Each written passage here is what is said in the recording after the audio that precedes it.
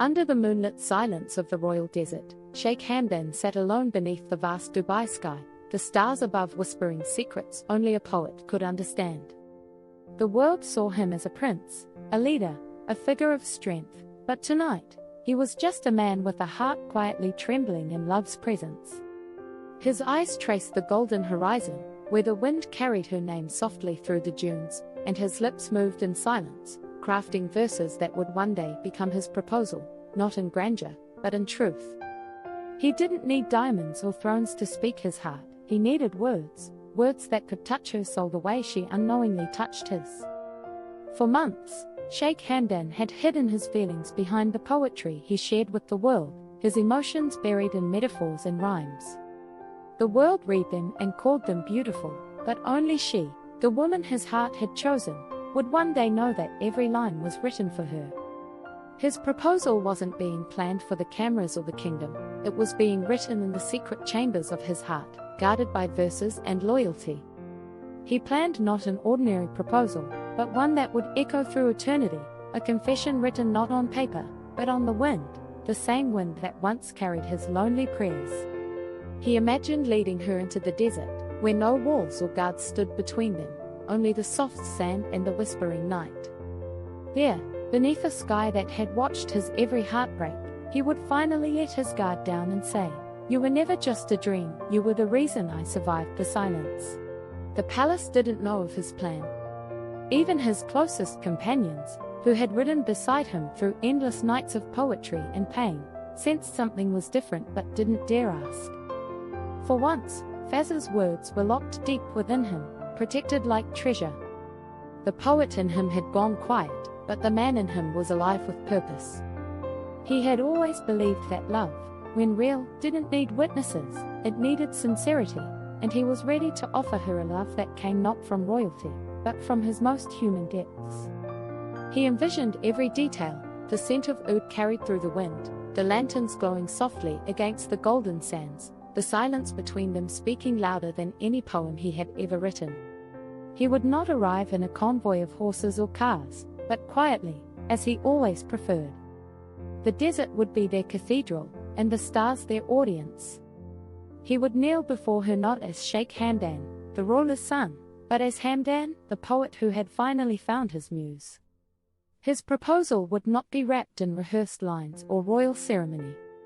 Instead, it would begin with the words he had been writing secretly for months, a poem titled "For the Woman Who Stilled My Storm." It would begin softly, his voice trembling as he read, "I have walked through kingdoms of gold and oceans of applause, but your silence was the only place my heart ever found peace." She would not expect it, but that was his plan, to make her heart feel what his had felt every night she crossed his mind.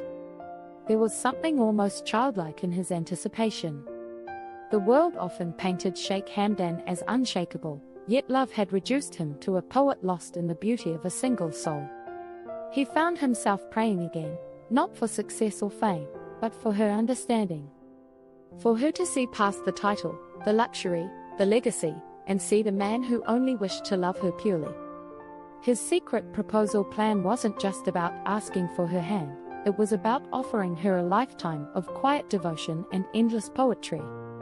In moments of solitude, he rehearsed his words not in front of mirrors, but to the wind.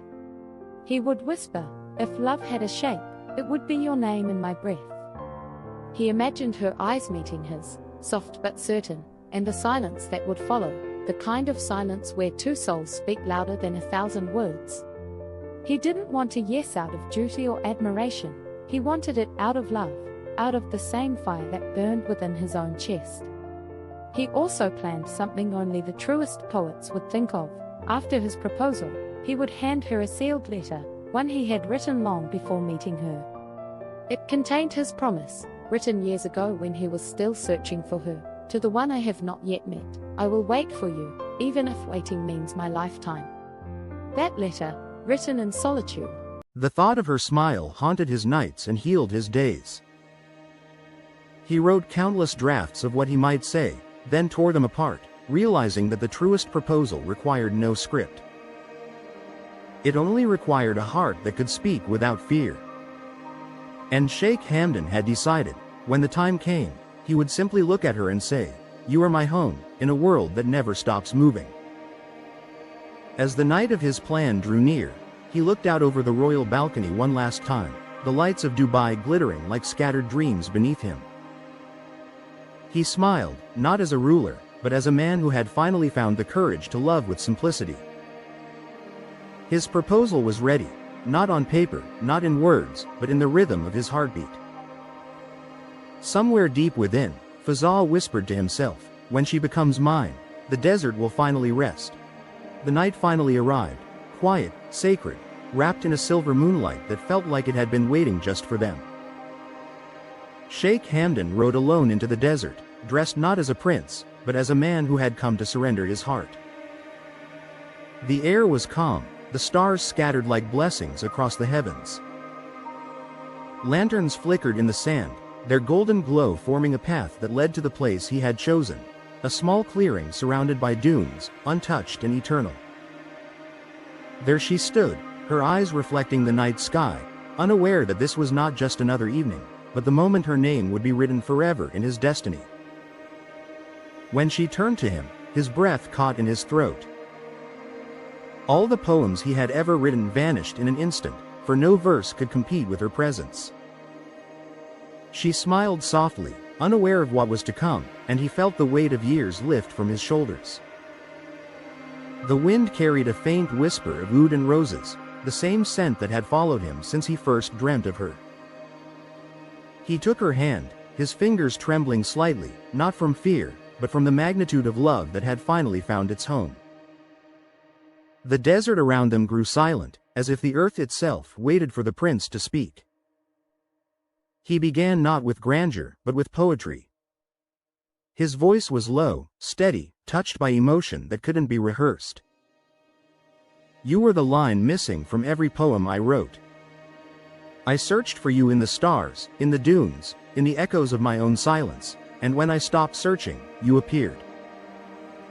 Her eyes filled with tears, the kind that come when the soul recognizes truth. She stepped closer, and in that distance between breath and heartbeat, he knelt. The sand beneath him was warm, the stars above infinite, and his heart beat a rhythm that matched the sound of destiny. From his pocket, he pulled the letter, the one he had written long before she came into his life. "Before I knew your name, I promised I'd wait for you," he said, his voice breaking slightly. "And I did. Every poem was my way of reaching for you across time. Every silence was your absence. Tonight, I ask you not to marry a prince.